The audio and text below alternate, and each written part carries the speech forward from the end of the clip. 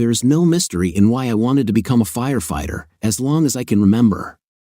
My father was a firefighter. When I was little, I had all the toys related to fire. Besides the usual fire trucks, ambulances, and ladder trucks, I had a burning village with burning cellophane on the windows. During those years, I probably saved 100,000 people, mostly women and girls. I didn't want any other toys for Christmas or birthdays. The only exception was plush toys. I had 7 Dalmatians of different sizes. In my closet, there was a whole collection of firefighting gear, from size 3 and up. My name is Butch Davis. I didn't take the Butch surname until it passed to me when my father died. I was 12 at the time. He rushed into a burning factory where dozens of people were trapped. After rescuing over 10 workers, the ceiling collapsed on him and 3 others. We were told that the end was quick, and he didn't suffer much. I hope it was that way. One of the local fire stations is named in his honor. After losing my father, I experienced various painful emotions, but one thing surprised me the most: anger. I was angry at fire. I felt that fire deliberately challenged me to do something to take my father away. Nightmares of a flaming figure laughing at me while I sprayed it with a huge fire hose haunted me. My extinguishing efforts were always ineffective. Every time I woke up with a firm intention to seek revenge. Throughout high school, I prepared for my future calling, studying natural sciences, staying in shape, and spending time at the fire station. My mother begged me to develop other interests, including girls. I gave in and dated several girls. Nothing serious happened until I met Jennifer. We hit it off right from the start. Attractive, caring, and she loved me. It seemed she appreciated my strong desire to serve the community, and later on, she certainly enjoyed my well-toned physique. After spending most of the last 2 years of school together, we decided to get married. She landed a job as an accountant after excelling in accounting courses in high school. I applied for a job as a firefighter. We had an apartment in the garage at my mother's house. I was accepted into the fire service and almost immediately started training. Jennifer was proud to see me in my first real firefighter suit. Initially, when I began working regular shifts, Jennifer didn't complain. When we entered our marriage, she knew I would be working odd hours. We enjoyed each other's company regardless of when my schedule allowed me to be at home. After a few years, with regular pay increases and advancements in my career, we could afford to move into a small starter home. What is even more important, Jennifer stopped taking birth control pills. 10 months later, we were blessed with the most beautiful girl in the world. We named her Virginia Louise in honor of her 2 grandmothers. Now, I had 2 loves in my life. Jennifer's views on our marriage began to change after the birth of our child. Firstly, even though she had a normal pregnancy, Jennifer declared that she did not want to go through it again. She pressured me to get a vasectomy since taking birth control pills made it difficult for her to maintain her ideal weight, and condoms reduced her pleasure. We could always adopt if we wanted more children.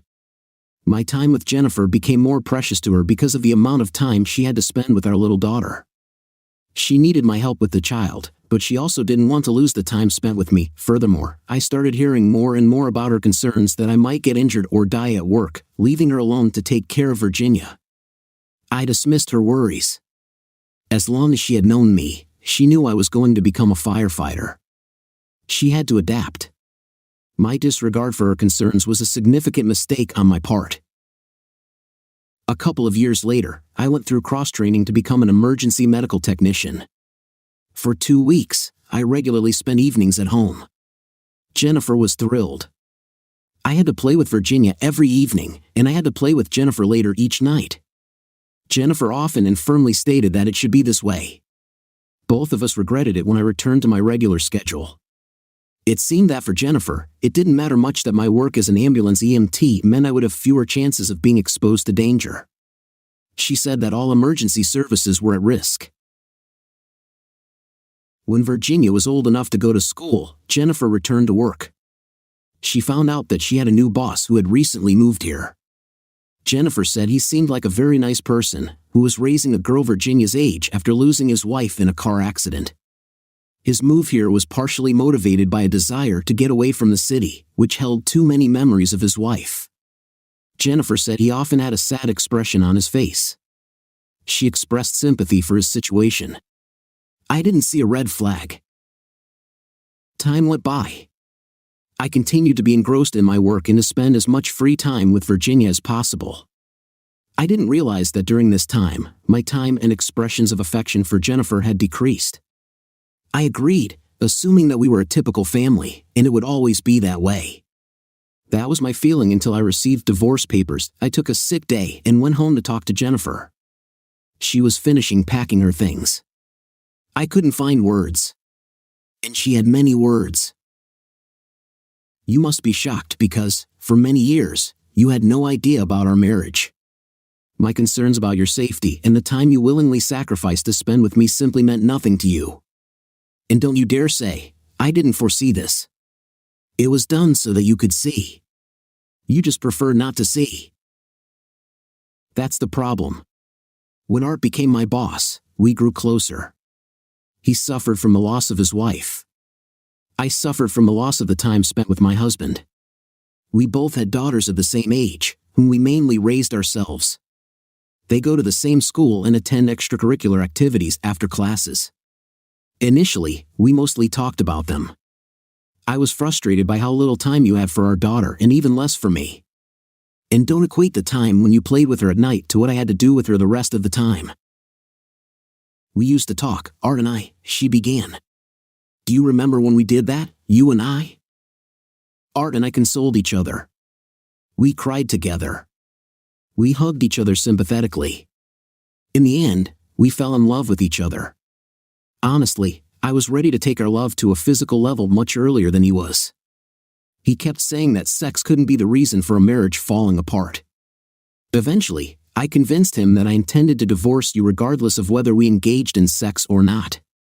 He gave in, and we've been close for several months now. It all comes down to this: he's the one I want now. I regret how I'm treating you, mostly because of Virginia. I know you love her, and she loves you. I'll grant you almost unlimited access to her, regardless of the court's decision. The divorce settlement I proposed in the petition is fair. You get the house, I keep my car, you pay child support for her, I don't get alimony, and we split the assets 50-50. Virginia and I are moving in with Art and his daughter Chloe. The address is specified in the divorce papers. Regardless of what you think, Art is a good man. He and Virginia get along well. Virginia and his daughter already behave like sisters. Although he didn't initially support my divorce, he's glad it's finally known. He hopes that you and he can be polite with each other. There's a good chance of that. I hoped you'd react better, but I think emotions are too turbulent right now.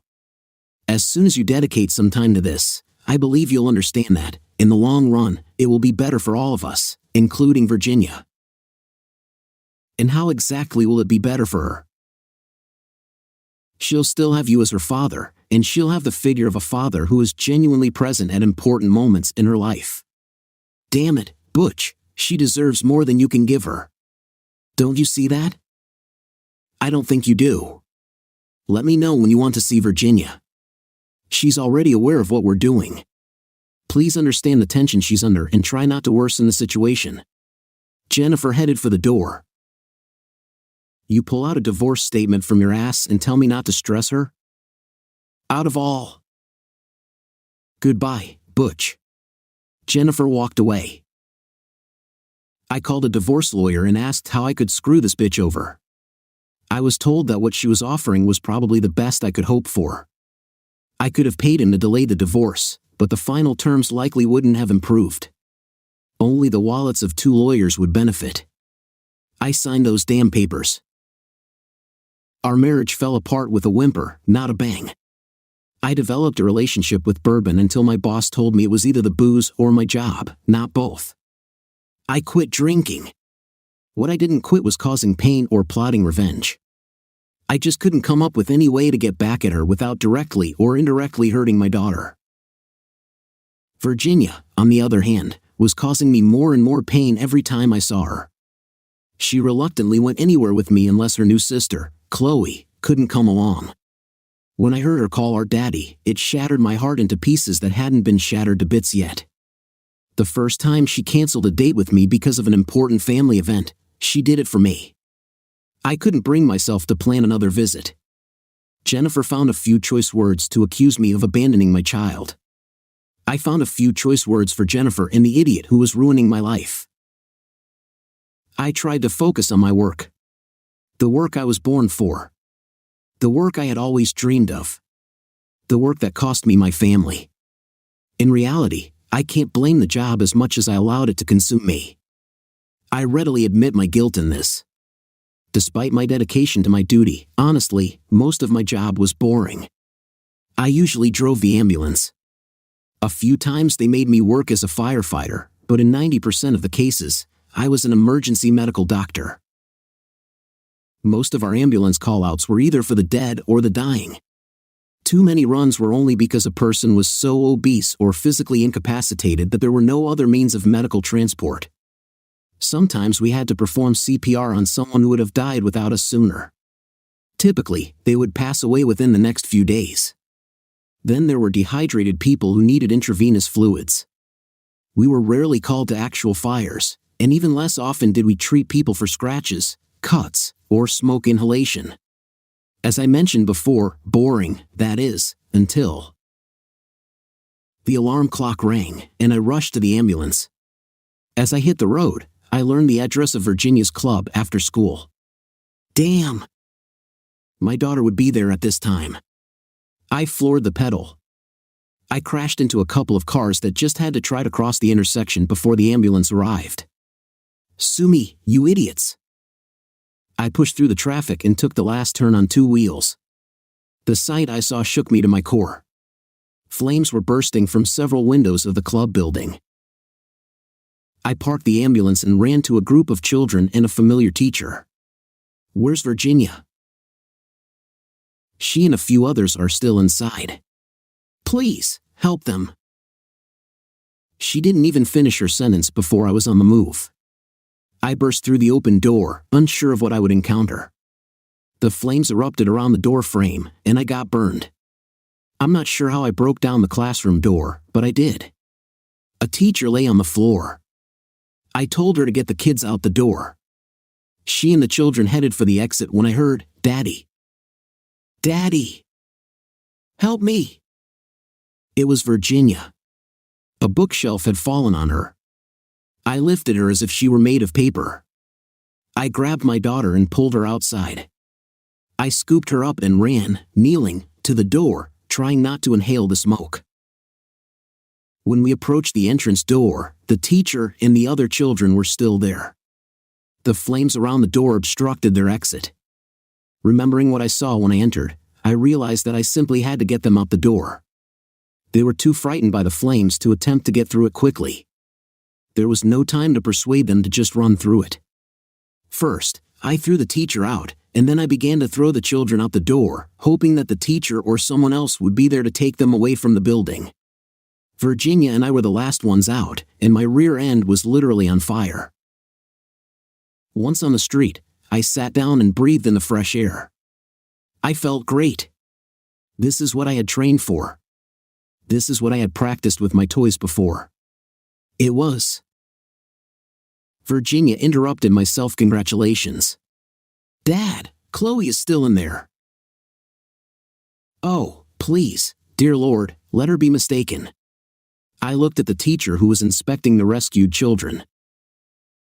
She looked at me with intense fear and yelled. She went to the restroom before the fire started. I immediately pleaded, "Dad, I'm going. Either help me get through this or prepare a place for me. If I die, I'll be there for dinner." Before I could move forward, my boss grabbed me. "Damn it, Butch, I command you not to go back there. You'll just get yourself killed. Do you hear me?" I slumped down abruptly, as if submitting to him, resigning myself to the facts. Then I turned around and punched my boss in the face. He fell. I put on his fire-resistant jacket, helmet, and oxygen tank. I ran to the door, which was now fully engulfed in flames. I was only wearing regular pants and shoes on my feet. As a result, my left leg and foot were burned when I entered the building. I could tell that I screamed from the pain and the nauseating smell of burning flesh. Soon, I realized I was running out of oxygen. The plastic tubes leading from the mask to the oxygen tank had melted. I removed the mask, and it felt like I was breathing fire. I strained my memory to remember the location of the restroom. Somehow, I ignored the flames, opened the bathroom door, and immediately closed it again. The bathroom gave me a brief respite. Chloe was lying unconscious on the floor, but she was breathing. I took one of the towels in the bathroom and threw it into the sink, trying to wet as much as possible. Wrapping Chloe, especially her head, in the towel, I took her under my right arm and tried to imitate Walter Payton, breaking tackles, and scoring a touchdown. The fire acted like waiting defenders. Holding the fallen hot debris with my left hand, I yelled, "Get out of here, fire! This belongs to me!" Somehow, and I really don't know how, I managed to escape before I lost consciousness. I had a dream. My face was a piece of fat sizzling on a frying pan, and I couldn't tear it away. I jolted and woke up. "Doctor, he's awake." The voice was familiar. I opened my eyes. It was my ex-wife, Jennifer. The medical staff rushed in. The nurse asked, "Mr. Davis, can you hear me?"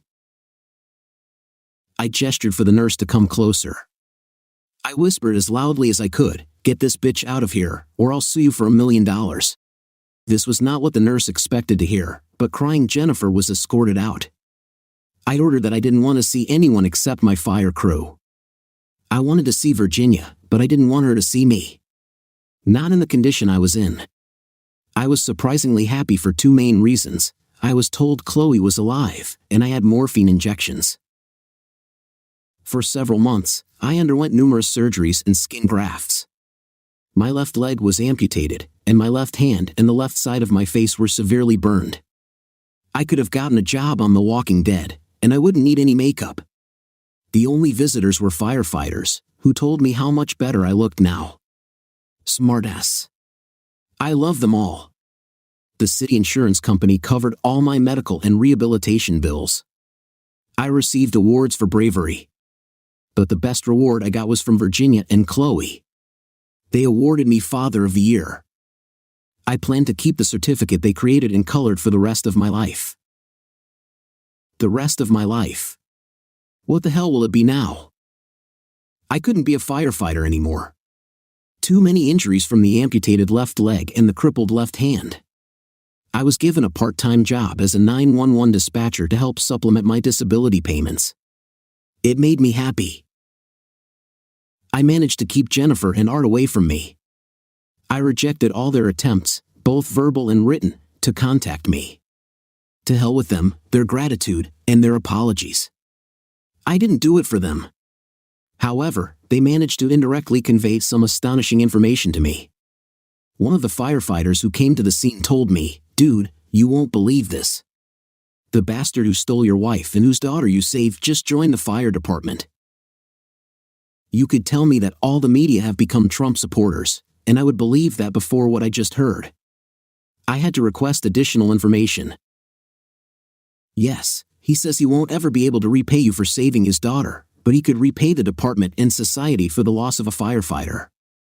He says he knows he can never become as good a firefighter as you, but he will try his best.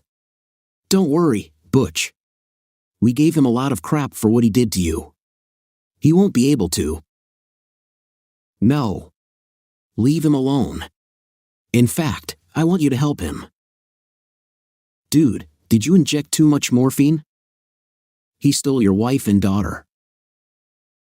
I smiled and said, "Think about it.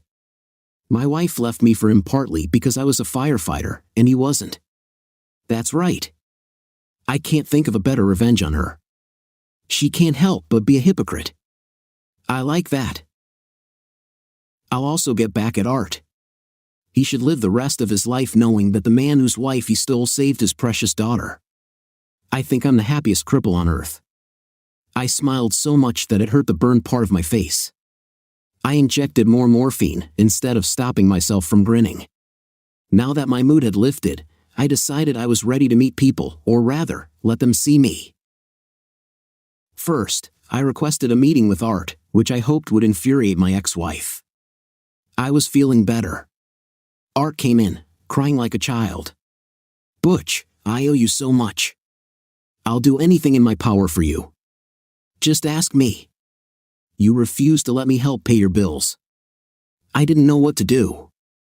I just had to do something. I blame myself for falling in love with your wife, and my gratitude for you saving my Chloe, both were on my mind constantly, day and night. That's when the idea of becoming a firefighter came to me. If I can't repay you, I can at least give something back to the community for their loss." He seemed completely sincere, continuing to cry. Then he pulled himself together. "Please, allow me to bring Chloe. She's dying to thank you." I agreed. Chloe appeared at the door, but without Virginia, she wouldn't have moved. Both of them rushed to my bed and were delighted to see their best dad certificate proudly displayed. After they looked at me, Chloe said, "You look scary." Virginia agreed. I laughed while Art scolded them. I said, "You are absolutely right, girls. You see, once upon a time, I was a handsome prince, and then one day, an evil old witch named Jennifer kissed me and turned me into a cannibal." Virginia said, "Daddy, that's silly." We had a wonderful visit. I swear, Virginia grew up while I was in the hospital. That's when I realized I didn't want to miss anything in raising my daughter. Art returned a few times with the girls, but we also got to know each other better. I'll be damned if I didn't start to really like this guy. It helped that he never asked me if I would agree to talk to Jennifer. He rarely mentioned her at all. During one of his recent visits, I brought up a topic I had been thinking about for a while. "Art, I hope we can adjust my visitation schedule. If you and Jennifer agree, I would like to see Virginia more often now that I'm no longer a firefighter." Well, that would be more than acceptable for several reasons. First, I'm a firefighter now, and you know what that means in terms of scheduling. Another reason is that Jennifer left me and the girls. She said she's filing for divorce. Butch, I think she fooled both of us. Maybe she even fooled herself. She believed that our work schedule was harming our marriages and time with the girls. Now I've come to the conclusion that she was just grumbling because all the attention was not on her. When she couldn't persuade me not to become a firefighter, she just got up and left. I know I need help with Virginia and Chloe. Your mother and Jennifer's mother are helping temporarily. Also, in case you haven't figured it out yet, Virginia and Chloe are now inseparable. You can't have one without the other. How could she just leave Virginia like that? And she must have gotten somewhat close to Chloe too. I think Jennifer became jealous of Chloe. Virginia wanted to spend time with Chloe, not her mother. Jennifer seemed to be on her own, even when the four of us lived under the same roof. Her last comment after telling me she didn't want custody was, "Girls, it seems like they all prefer their fathers." Well, they can have both of you. Damn it, Art. You're right. She was even more messed up than I thought. Art started crying again. Art, Virginia, and I will do everything in our power to help you and Chloe. At the time of writing this story, Virginia and Chloe are just about to finish high school and will be going to college soon. I moved in with Art and the girls after my rehabilitation. The guys from the fire department chipped in and bought me a specially equipped minivan. The biggest contribution came from Art. He's truly a good person and has become an excellent firefighter, with my assistance, of course. We relinquished our parental and domestic duties. As you can imagine, given my limitations, it takes me more time to fulfill my part of the work. Fortunately, we've found a couple of ladies who will handle the issues our daughters faced in an all-girl environment. They also fulfill the sexual needs that Art and I had. I'm in the process of returning to my old home, which I used to rent out. Art and I will probably have new roommates once the girls start college. I suppose we'll be meeting often. Unfortunately, I'm trying to cram everything I can into as little time as possible. The aftermath of the fire included burns to the esophagus and lungs from inhaling fire and smoke. They've given me about 6 months to live, or thereabouts. I haven't told anyone. I don't want anyone to know until I can't hide it anymore. Jennifer's mom still frequently sees Virginia and Chloe. She keeps us updated about Jennifer. The latest she said was that Jennifer had another child, but she divorced his father. It seems he cheated on her. I tried to show some sympathy. Well, maybe not too much. From my perspective, my rescue in the ring allowed me to get back at Jennifer and Art for over 10 years. I'll have to settle for that. Damn fire managed to spoil my revenge on him. Well, 2 out of 3 ain't bad. Sorry, Dad. We'll talk soon. Let's start at the very beginning of this story. Back then, I was a 38-year-old guy married to Elena for 12 years. She was 36, and we had 4 kids together, 3 boys and 1 girl. Now, let me take you into my thoughts at that time, which I remember very clearly. It was a beautiful day in our small town, and I was tired from work but also feeling incredibly lucky. During that period of my life, my business was finally doing well. I had a lovely wife, Elena, and 4 amazing children. I had come a long way from my tough childhood, but I won't go into that now. Looking back, I was really proud of being a dedicated dad and husband. When I got home, I heard my kids laughing. My 4-year-old, Lucy, rushed up to me with a drawing in her little hands. "Look, Daddy," she proudly showed me her artwork. "It's Uncle Dave and Mommy in a car." I chuckled at first, thinking it was just another one of her innocent drawings. Uncle Dave was my dad's youngest brother, 42 years old, and we taught our kids to call him Uncle. But a strange feeling started to bother me. Why would she draw them together like that? They had never been in a car together. At first, I tried to ignore it, thinking it was best not to dwell on it. Lucy, my imaginative 4-year-old, was always known for her wild creativity. I remember the time she made up a story about a magical dragon living in her backyard, eating all her veggies so she wouldn't have to.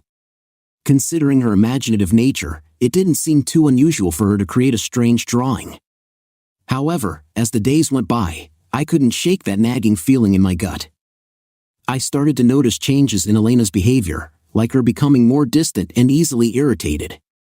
She seemed distracted, and her affectionate hugs, which used to be warm, now felt distant and cold. I couldn't help but feel insecure, wondering if something was going on without my knowledge. Around a month later, we hosted a family gathering at our place, a typical barbecue where both Elena and Dave were present. It was on that day that my suspicions grew stronger. Our family socialized, talking to people other than their spouses, while the kids played and I chatted with my sister and a cousin. During that time, I glanced to my left and noticed that Uncle Dave and Elena were drawn to each other. I focused on them, and something about the way they were interacting caught my attention.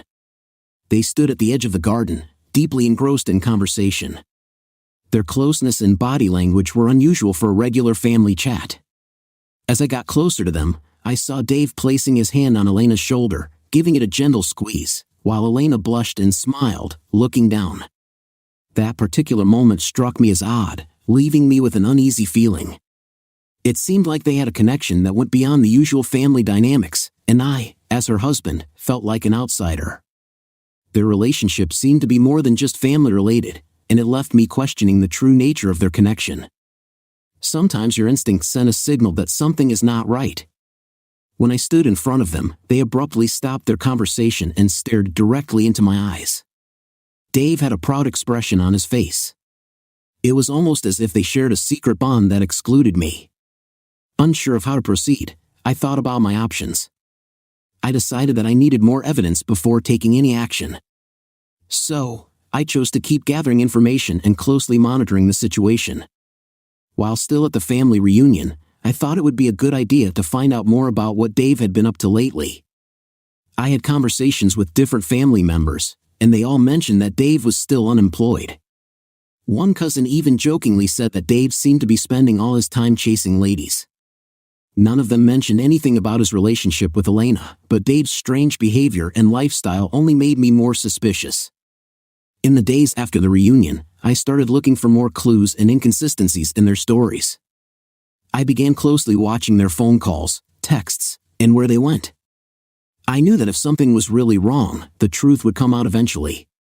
A few days after the gathering, I had a feeling that Dave might have visited my house while I was at work. This suspicion came from something Elena said about Dave coming over to get his watch that he had left behind during the barbecue. I asked Elena about the watch, finding it a bit odd. She explained, yes, his watch. He forgot it when he moved it away from the barbecue smoke. I suppose it seemed somewhat strange, but also possible, as I had seen others do similar things. Still, I decided to ask my neighbor, Tom, for a favor. I told him I suspected someone might have messed with our yard, and I wondered if he could check his security camera footage for any suspicious activity during a specific time. Tom, always willing to help, agreed. As we watched the footage together, I saw something that made my heart sink. On that specific day, Dave was seen entering our house while I was at work. I have to admit I work long hours, almost like a workaholic, but it was around 10 in the morning. Elena's description turned out to be accurate. However, as we fast-forwarded the footage, Dave didn't show up again. I asked Tom to take control of the screen for a moment, and when we advanced it by about 3 hours, I saw Dave leaving. He had spent over 3 hours inside, and it was a weekday when Elena was supposed to be home alone. This new information made my suspicions even stronger, but I realized I needed concrete evidence before confronting anyone. This was a matter involving my family and my life, and it seemed almost unbelievable. I started to have negative thoughts, but Tom brought me back to reality. Tom expressed his regret and promised to keep me informed if he found anything else. I kept my worries vague, trying to stay composed to avoid more questions, and thanked him for his help. Feeling overwhelmed and unsure about what to do next, I decided to hire a private investigator to look into Dave's activities. I needed someone who could discreetly and professionally gather evidence. After doing some research, I found an investigator and explained my situation. The private investigator, an experienced professional, warned me that he might only be able to follow Dave with no guarantee of solid findings. However, he assured me of his dedication to uncovering the truth. In the following weeks, the private investigator provided me with updates on what he discovered. He told me that Dave frequently traveled around town, which was puzzling given his apparent lack of a job and his seemingly busy schedule. The investigator also found out that Dave was using 2 different vehicles and often parked near a creek close to my house. Additionally, he tracked Dave to a motel near the nearby big city. I was surprised when the investigator shared information about the motel. According to him, on one occasion, he saw Dave going into a room at the motel. Just 30 minutes later, Elena arrived and went into the same room. The shock and pain I felt were indescribable. Despite my suspicions, I had held on to a glimmer of hope that I might be wrong. But now, the truth was undeniable. As I realized the seriousness of the situation, my feelings of betrayal and anger grew stronger. I couldn't understand how Elena, the woman I had married and the mother of my children, could betray me like this. The life we had built together felt like a facade, and knowing about her daily deception filled me with rage. Then there was Dave, a family member who had witnessed my growth, now responsible for tearing my family apart. He knew our history, and I had trusted him, but he had betrayed me. My emotions were overwhelmed by hatred and fury towards both of them. I organized a family dinner at my sister's house to reveal their betrayal. I made sure the children wouldn't be there as I wanted to protect them from the upcoming unpleasantness. I specifically asked my sister to help host the dinner while keeping my true intentions a secret. She hesitated, but eventually agreed, trusting my judgment. However, not everyone could attend due to the unusual request for a dinner without children. My sister, who was aware of the plan but unaware of the specifics, informed everyone that she had a special message to share, which was the reason for her request. This piqued the curiosity of most family members. As the day of the dinner approached, I felt a looming sense of darkness. I knew that I was on the verge of upending our lives, but I couldn't allow Elena and Dave to escape the consequences of their actions. The profound sense of betrayal fueled my determination to hold them accountable. When the family gathered at my sister's house, a palpable tension hung in the air. Everyone was intrigued by the special message my sister was said to have prepared. Unbeknownst to them, it was I who had a startling revelation in store. I did my best to maintain a facade of composure, but internally, my emotions were in turmoil. The dinner commenced with the customary light-hearted conversations and laughter, but I couldn't fully engage. My thoughts were fixed on the impending moment when I would expose Elena and Dave. As the evening unfolded, I decided it was time to unveil the truth. I rose from my seat, my heart pounding in my chest, and cleared my throat to capture everyone's attention. The room fell into silence, with all eyes fixed on me. Gasps echoed throughout the room, and astonished expressions turned toward Elena and Dave. They both appeared stunned, resembling deer caught in headlights, their faces drained of color, and eyes widened with fear.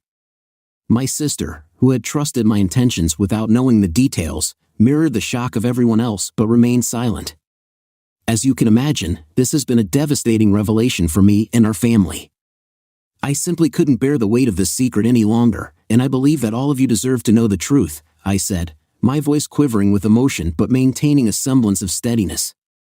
I've been collaborating with an attorney, and I intend to initiate divorce proceedings.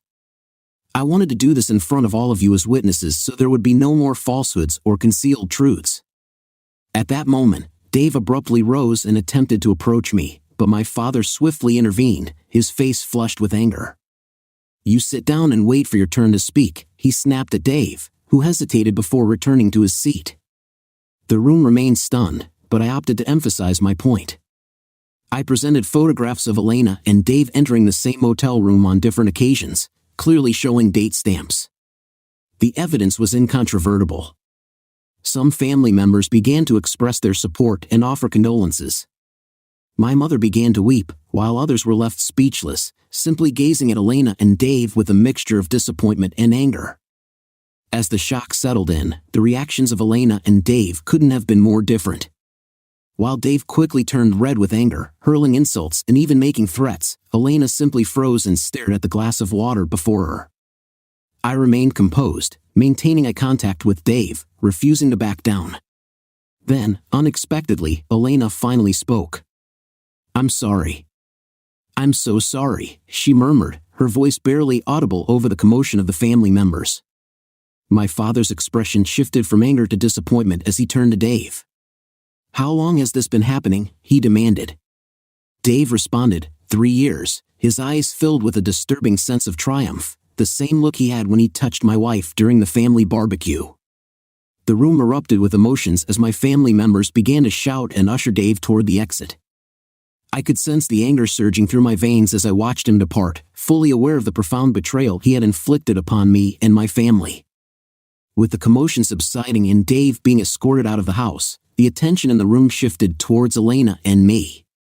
My dad and a few family members began gently guiding people from the dining room into the living room, leaving just Elena, my sister, my dad, and a couple of other relatives with me. As the door closed behind us, a heavy silence filled the room.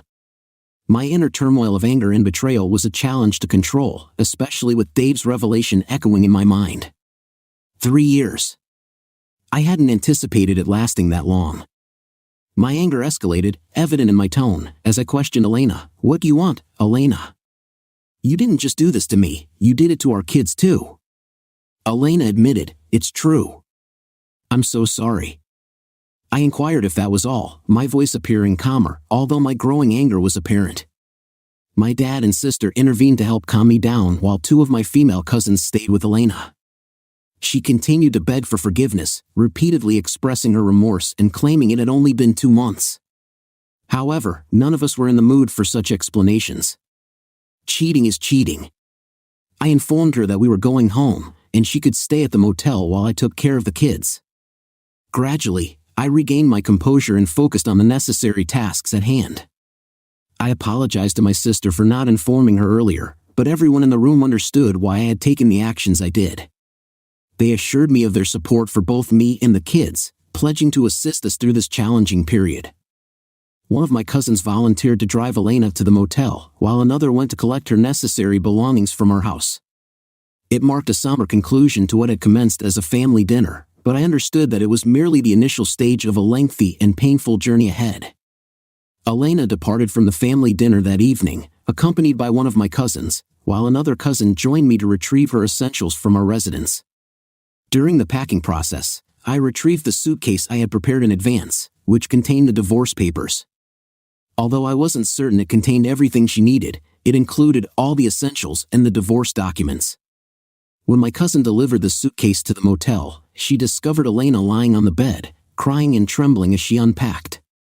Elena's belongings drew her attention, and she set them on the nightstand. Elena noticed them and immediately panicked, shouting and pleading for forgiveness, begging me to take her back home. She exclaimed, "It wasn't 3 years, it was only 2 months." I did it, but it meant nothing. After some time, she grew calmer, and one of my cousins gently took the papers from her, kindly explaining that it was a necessary step. Elena fell completely silent as they left her alone in the room. It was a challenging moment for all of us, and I couldn't help but experience a sense of sadness and remorse as I reflected on the unfolding events. Nevertheless, I recognized the importance of maintaining strength for my children and making choices that would ultimately benefit all of us. Following 2 nights spent at the motel, Elena returned home. I awaited her arrival with my sister, and when she appeared, our children rushed up to her, seeking hugs and kisses. Seeing our children so overjoyed to be reunited with their mother truly pained me, especially considering her actions once we were alone as adults. My sister kept the kids occupied, and Elena and I engaged in a lengthy conversation about our predicament. Elena appeared worn out, appearing almost a decade older than the last time I had seen her. We came to an agreement that she could remain at home with the children for a short period, but we would occupy separate rooms, and I would proceed with the divorce proceedings. As the days passed, Elena grew increasingly desperate in her efforts to win me back. She prepared my favorite dishes, purchased small gifts, and repeatedly expressed her remorse. Initially, I appreciated her gestures, but it soon became apparent that her actions were motivated more by self-interest than a sincere desire to make amends and accept the divorce. On one occasion, she arrived at my workplace with a bouquet of flowers, attempting to apologize in front of my coworkers. I felt embarrassed and angered by her intrusion into my professional life. I thanked her for the gesture but made it unequivocal that it wouldn't alter the situation. She even attempted to initiate physical intimacy on another occasion, but I promptly rejected her advances. The thought of being intimate with her again, given what had transpired with Dave, was inconceivable to me. Her feelings were hurt by my rejection, but I couldn't summon any sympathy. One morning, while passing through the laundry room, she cornered me, imploring me for forgiveness. "You can't fathom how much I need you. I can't bear to be without you," she said, with tears rolling down her cheeks. She clung to me and sobbed, pleading, "I'll do whatever it takes to keep our family together. The children need us as a strong family. I'll make amends." I couldn't find it within myself to forgive her. I expressed that my regret stemmed from expecting too much from her, realizing that loyalty and respect were too much to request after all those years. I made it clear that if I had known earlier that she could betray me and the family the way she did, I would have made different choices. After our conversation, Elena withdrew entirely, and I headed upstairs to continue my day, overwhelmed by profound sadness and regret over the state of our marriage. No matter how hard she attempted to win me back, the sense of betrayal and pain she had inflicted on me lingered. The last straw was when she involved our children in her efforts to reconcile. She would tell them that she missed me and desired to reunite our family. I was livid and insisted that she cease using our children as pawns in her attempts. Divorce became the sole viable option. I had no intention of fighting to retain a cheater, even if she was the mother of my children. Despite her best efforts, I remained resolute in my decision, realizing that we couldn't share the same household any longer. Eventually, Elena recognized that my mind couldn't be changed, and she moved into her own apartment. It was a challenging period for all of us. The divorce proceedings proceeded without significant contention. Elena accepted all the terms without resistance, and we reached an agreement for joint custody of our children. However, the majority of our assets were awarded to me as it was an at-fault divorce. It's worth noting that during our final meeting with the lawyers to settle everything, Elena addressed me directly. She said, "I'll go to therapy because what I did to our family is wrong. I can't forgive myself for what I did to you, but I'll strive to be better, and I'll wait for you, whether you join me or not. I'll stay by your side from a distance because you're the father of my children and the love of my life. You are truly the only man for me." I simply nodded politely, hugged her, and assured her that we would take good care of the children. But I made it clear that we could never be together again. As I hugged her and prepared to let go, I felt the weight of her body sinking deeper into my arms. Just before she hugged me back tightly, recognizing that it would be our last embrace. I can't deny that I still cared for her. After all, she's the mother of my 4 children, who are the greatest blessings in my life. As the divorce was finalized, Elena moved into her own apartment, and we gradually adapted to our new routines. I made sure she had everything she needed for the kids when they were at her place because they are my children. However, I knew she might view it as something she could use in the long run, which I found wrong. I did notice that she took most of the wedding photos and pictures of us together when she left. It struck me as odd when I saw them on her wall while helping her set up her apartment, but I thought it might be a phase before she fully accepted our situation. She made several attempts to stay close to me. Whenever I picked up the kids or during their birthdays at my place, she would find reasons to keep me within eyesight. When our family came around, I ensured she was still welcome and that people treated her with respect for the sake of the children. She would often tell them, "I'm working on improving myself to be with your dad. I made mistakes and didn't give your dad what he deserved. I didn't realize what I had, but the father you guys have, that's the only man I can be with." When they asked what happened, she never went into specifics about the cheating, and I was grateful for that. Her main focus in life revolved around raising the children, maintaining her fitness at a women's gym, and working part-time when the kids weren't with her. As the kids grew older, they often mentioned that their mother had hopeful dreams of reuniting our family. 2 years later, I started to become more open to the idea of dating again without making it awkward for the kids. However, I wasn't ready for a serious relationship just yet. I wanted to meet new people. It took me some time to overcome the past, and I was determined to avoid introducing any negativity into our lives that could affect the children. With my business booming and taking up most of my free time when I wasn't with the kids, it was surprising when I crossed paths with a woman named Jolene. It happened when I had to pick up one of my sons from a party, and I struck up a conversation with the sister of the party host's mom. She offered me some apple pie, and the rest is history. To this day, her hair reminds me of that first meeting with its long and silky brown locks. Jolene is a Latina woman who is 9 years younger than me. She's not only energetic physically but also exudes a vibrant and enthusiastic personality. I must mention that she has a unique way of embracing her femininity toward me, softening up in my presence, and complimenting every aspect of my life. More importantly, she has developed a wonderful bond with the kids, and they adore her. After a year of dating, she moved in, and we've been together ever since. While she can't have children, I won't delve into the details. She is passionate about her role in our family and respects Elena's place in the children's lives. Any unintentional boundary crossing is handled with care. On one occasion, Jolene had to excuse herself to our daughter because she was concerned that she might be inadvertently hurting her mom, Elena. This happened after they had gone shopping together multiple times and had a great deal of fun. Our daughter expressed that shopping was her favorite pastime and that she enjoyed spending that time with Jolene. From then on, they shared a fascination for fashion. The boys playfully teased them, especially when they started sharing a walk-in closet, a tradition that continues to this day. Now, let me take you back to when Elena first met Jolene.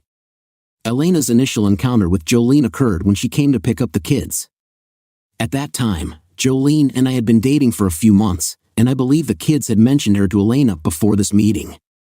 While I can't recall their exact words, they had expressed their admiration for Jolene and mentioned that she occasionally stayed at our house. On the day they met, Jolene came outside to greet Elena. I want to be impartial here, but I could sense some tension on Elena's part as she watched Jolene approach. It's worth noting that Jolene is naturally cheerful and gets along with everyone. However, as I mentioned earlier, her feminine and engaging presence may have taken Elena by surprise. Even my own mother playfully acknowledges her beauty by giving her nicknames that highlight her femininity. Jolene tends to become a bit shy in response, which I find endearing, and I'm not alone in that sentiment. But back to the moment when they met. Elena's behavior was unlike anything I had ever seen from her before. She was exceedingly gentle and poised, almost as if she wanted to match Jolene's demeanor. Jolene, in turn, was sweet and respectful toward Elena. She offered a warm and sincere hug and tried, albeit unsuccessfully, to remain in the background during their social interaction. Jolene's genuine desire is always to do the right thing, and she deeply cares about not making others feel bad. That's just how she is. She believes it's something she should work on, but I assure her that there's no need because it's one of the things I love about her. As the kids were getting into the car and Elena was helping them with their seat belts, I noticed Jolene approaching me. She actively refrained from hugging the kids goodbye or assisting with the seat belts, and I could feel her nervously squeezing my arm. Then something unexpected happened. As the kids were getting settled in the car, one of our sons jumped out and called for a hug from Jolene. The others followed suit, except for the oldest, who waved from inside the car. During this moment, Elena stood next to the driver's seat and gave me a look that revealed profound heartbreak in her eyes. It was a heartbreak deeper than anything I had seen when we were finalizing our divorce with the lawyers present. I never discussed it with her, but in that moment, I could see into her soul. She was filled with regret and shame, utterly devastated by the realization that I, along with the kids, had formed a strong and healthy family unit without her. She wasn't just replaced, the truth hit her even harder. Her kids were now living in a wonderful household as a complete family unit, and her ex-husband, whom she had cheated on, had found a better woman in his life in every way. I have to admit, when I first found out about the affair, I wanted revenge, and I was furious at both my uncle for betraying us and Elena. However, it pained me to see her still hoping and trying. At this point, I genuinely want her to find happiness as well, but it's no longer my problem. She made the choice to pursue a relationship with creepy Uncle Dave, and she has to deal with the consequences. But let's get back to the encounters because there's more to the story. It actually got worse. The first time right after that encounter at my house, I went to pick up the kids at Elena's place. I did it alone because Jolene didn't want to make Elena uncomfortable, and she preferred to prepare for the kids just before they arrived home. So there I am at Elena's place. The kids are too busy to greet their dad, and Elena asks me to talk privately. She doesn't start with small talk, she jumps right into it, asking me, they talk about her a lot, but I think it could hurt them if she isn't serious. How serious is it? She knows me well, she knows that when I commit, it's for the long run. She was just trying to provoke a reaction, I noticed, because she spoke in a playful tone and kept getting close when we talked. I made sure to maintain some distance by positioning myself differently. I sighed to express how absurd and hypocritical her question was. I told her that it's serious, that I found love, and that Jolene is incredible with the kids. I assured her not to worry because Jolene would be a permanent, stable presence in their lives. I noticed a look in Elena's eyes that I hadn't seen in a long time, a brief flicker of anger, almost imperceptible, quickly replaced by sadness before she put on a facade of happiness and relief. Elena and I had always communicated awkwardly when it came to our kids. I was direct and concise, while she tended to be chatty, discussing her therapy lessons, showing curiosity, and even being sly at times. She continued, I meant what I said. I'll wait for you. I will. I interrupted her because I didn't want to entertain the topic any further. I told her that I hope she finds happiness but not with me. She needs to seek it elsewhere, but I urged her to take it seriously to avoid negatively impacting the kids in the process. That was the end of our conversation. I didn't want to waste any more of my energy that could be better spent with the kids and my wonderful partner, Jolene. Fast forward about 6 years, and this is no joke. My son returned from his mom's place, and during dinner, he playfully remarked, "Hey Dad, did you know that Mom keeps a picture of both of you on her nightstand?" I cautioned him not to make jokes about it, emphasizing that his mother is doing her best. Surprisingly, her apartment is still adorned with our wedding photos over a decade later. Jolene was present at the dinner table, and she doesn't mind at all. She doesn't have any negative feelings towards Elena, and neither do I. The kids have grown up and are doing wonderfully. They still don't know the details, I'm quite sure of that. I'll share the truth with them when the oldest is past 21 and asks, but I want them to continue loving their mother. They spend a lot of time with her, and I make sure they hold her in the same high regard as I did before all of this happened. I've never mentioned to my daughter about her drawing. She doesn't remember it, and I won't connect her to her parents' divorce or her mother's past actions. Elena is terrific with the kids, she goes above and beyond for them every day. They mean the world to her. She just needs to understand that I'm not coming back, physically. Elena is in great shape and could date anyone she wants, but she chooses to live alone in the same apartment. She has never broached the topic of rekindling our relationship. I no longer need to ensure that she's welcome at family gatherings when the kids are involved. She is free to join if it concerns the children. Jolene's sociable nature has helped Elena warm up a bit towards her, and I've witnessed them sharing smiles, which is nice. When Jolene hosts kids' parties at our place, she occasionally invites Elena to help out, but the reverse happens less often. Jolene doesn't expect Elena to initiate such invitations, and I trust Jolene to maintain a healthy distance, not getting too close. Reflecting on everything now, I realize that the divorce was the best outcome for me. It allowed me to grow and become a stronger individual. I've learned the importance of trusting my instincts and not ignoring my gut feelings. Most importantly, life is unpredictable, and it's our responsibility to make the most of every situation and keep moving forward. Before I conclude, let me add one last interesting tidbit I almost forgot about: Dave, our infamous uncle. He's lived in our town his entire life and used to be quite popular. However, it seems that most people from his past either avoid him or give him unfriendly looks, but that's just speculation. Honestly, I haven't seen him in person in a long time. According to my cousins, he's taken a different path, and it doesn't involve my ex-wife. He's not as sociable as he used to be, and at family gatherings, they mention how he's isolated in a small apartment in Wisconsin, rarely seeing the sun. It appears that the bottle has become his closest companion, and he spends his time rewatching content on streaming services, with family members occasionally checking in to ensure he's still alive. Elena and I never discussed it, but apparently, he attempted to locate her and stays in touch with family members, inquiring about her well-being and if he can reach out to her. However, they don't entertain the idea of helping him. That all happened more than 6 years ago. I'm not sure why he disappeared the way he did, but I do know that he didn't even attend my cousin's wedding. People openly say he's not welcome, but I wouldn't ask them to make such a decision. I used to be open to the idea of encountering his boisterous self just for a conversation to demonstrate what a real man is like. However, that's all in the past now, and it might disrupt the overall harmony of the family. So that concludes the story of the best uncle in the universe.